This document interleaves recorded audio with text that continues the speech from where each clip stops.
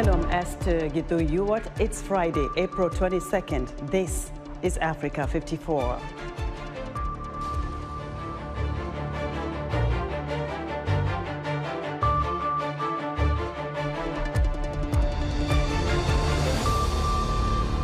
Former Kenyan President Mwai Kibaki, who served as Kenya's third president from 2003 to 2013, has died. We begin in East Africa, where Kenyan President Uhuru Kenyatta announced Friday that former President Mwai Kibaki has died. VOA's Paul Ndiho has more.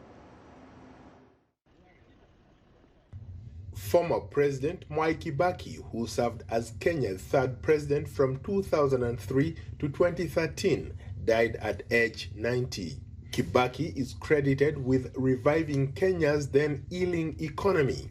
Still, his tenure was marred by deadly violence that erupted following his disputed re-election by his opponent Raila Odinga in December 2007. Thousands of people were killed in months of ethnic violence before an agreement was reached with the help of outsiders. President Uhuru Kenyatta ordered a mourning period to honor Kibaki, during which flags will be flown at half-mast. Emilio Mwai Kibaki was a quintessential patriot whose legacy of civic responsibility will continue to inspire generations of Kenyans long into our future. Kibaki ushered in economic reforms and a new constitution for Kenya, but some say that he failed to deliver on his promise to stomp out corruption. A British-educated economist, Kibaki's characteristic calm demeanor concealed political shrewdness that finally propelled him to the presidency. After 4 decades as a lawmaker, government minister and vice president to his predecessor, Daniel Arap Moi. His landslide win in 2002 upset Moi's hand-picked successor, the current president Uhuru Kenyatta. In a wheelchair and a leg cast after a car crash, Kibaki promised his ecstatic inauguration crowd a clean break from Moi's autocratic rule. However, the honeymoon did not last long, and cracks soon appeared in NAC, an alliance of parties opposed to Moi. He served as finance minister for 13 years under both Kenyatta and Moi, and as Moi's vice president for some of that time. Kibaki was among Kenya's richest men, overseeing vast land holdings and business interests. When he handed over power to President Kenyatta in 2013, Kibaki retreated to his home in one of Nairobi's poshest neighborhoods, close to his beloved Muthaiga Golf Club. He is survived by several children and grandchildren. Paul Ndiho, VOA News, Washington. On SABC News, former Kenyan President Mwai Kibaki, who served as Kenya's president from 2003 to 2013, has died at the age of 90. Kenyan President Uhuru Kenyatta has ordered a mourning period to honor Kibaki, during which flags will be flown at half-mast. The late president is credited with reviving Kenya's then ailing economy, but his tenure was marred by deadly violence that erupted following his disputed re-election in December 2007. Kibaki ushered in economic reforms and a new constitution for Kenya. He is survived by several children and grandchildren. It is my sorrowful duty to announce to the nation the passing on of His Excellency Emilio Mwai Kibaki. Miundombinu na usafirishaji, siasa na nyanja nyingine ambazo zimewezesha Kenya kuimarisha uchumi.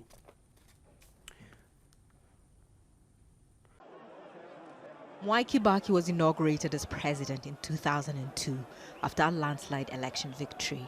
A unified opposition made it possible to defeat the then president Daniel Arap Moi after 24 years of what was seen as Moi's autocratic rule.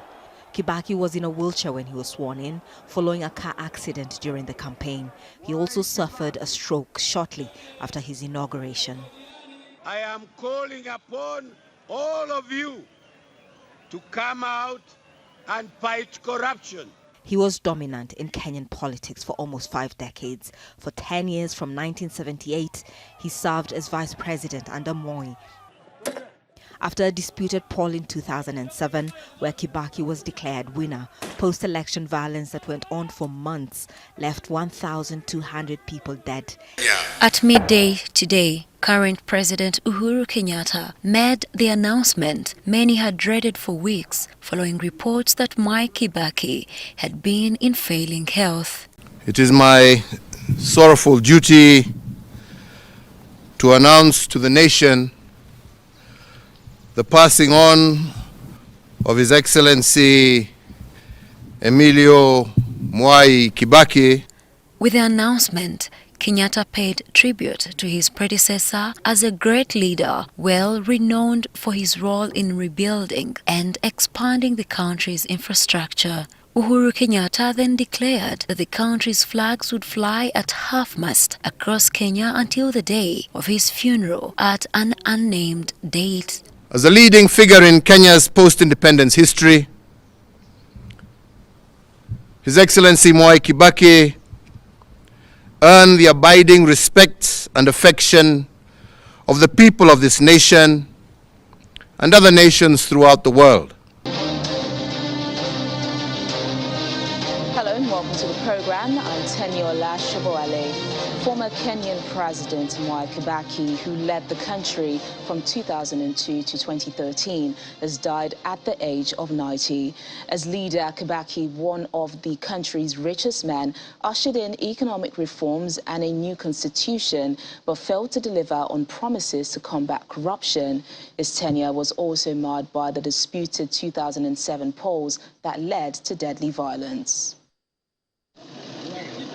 Mwai Kibaki, Kenya's third president, who served from 2003 to 2013, was credited with reviving the country's ailing economy through fiscal prudence and infrastructure projects.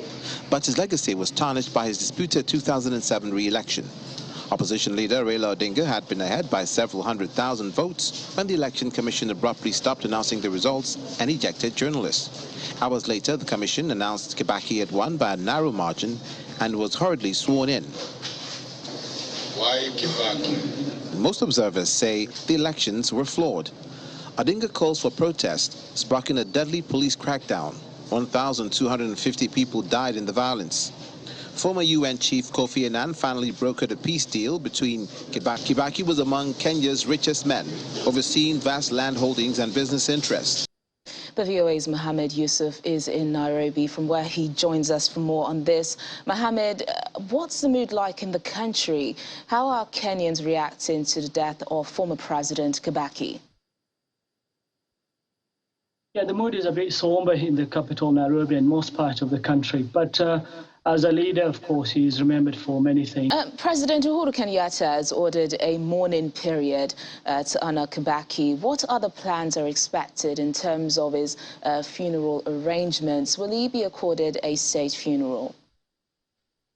Of course, he will be accorded a state burial, and many people think that, maybe hope that during his burial there will be a holiday here. But for now, people are really happy about his legacy. But at the same time, I'm sure many people were not happy with what happened in 2007. But of course, he'll be accorded a state funeral. All right, then, VOA's Mohammed Yusuf, thank you so much for joining us on the program.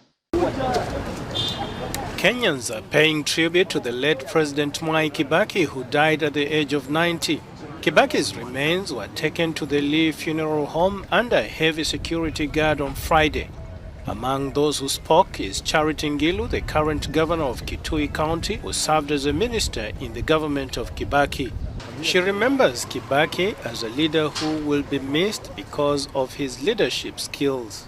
Late President Kibaki spearheaded this country out of terrible economic time of the 90s in ensuring that we got a real economic state of country where everybody alikuwa anasema tunajifunia kuwa wa Kenya.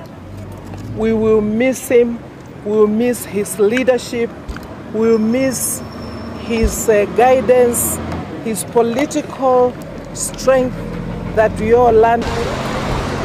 number of Kenyans from all walks of life gathered along the road outside the funeral home to catch a glance and pay their last respect to a man they considered a great leader.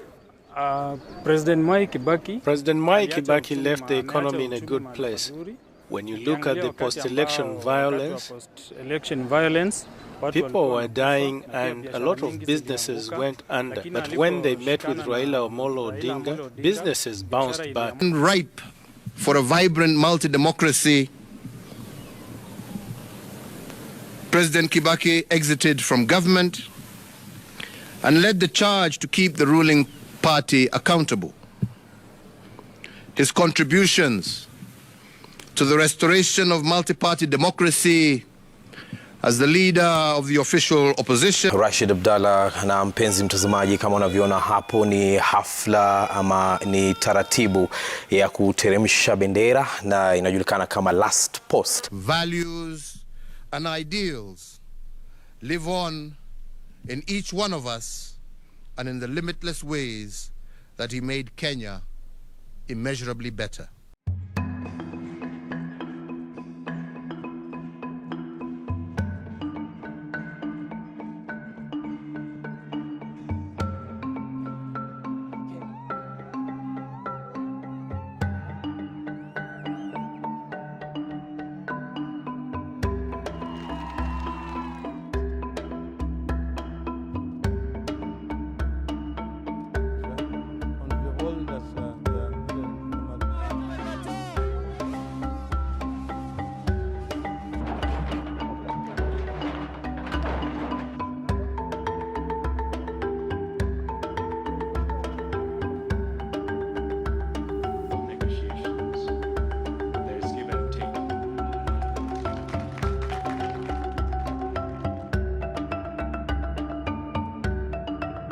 I want to assure you all that I will do everything possible to ensure that our country, Kenya, is steered along the path of peace, unity, and stability.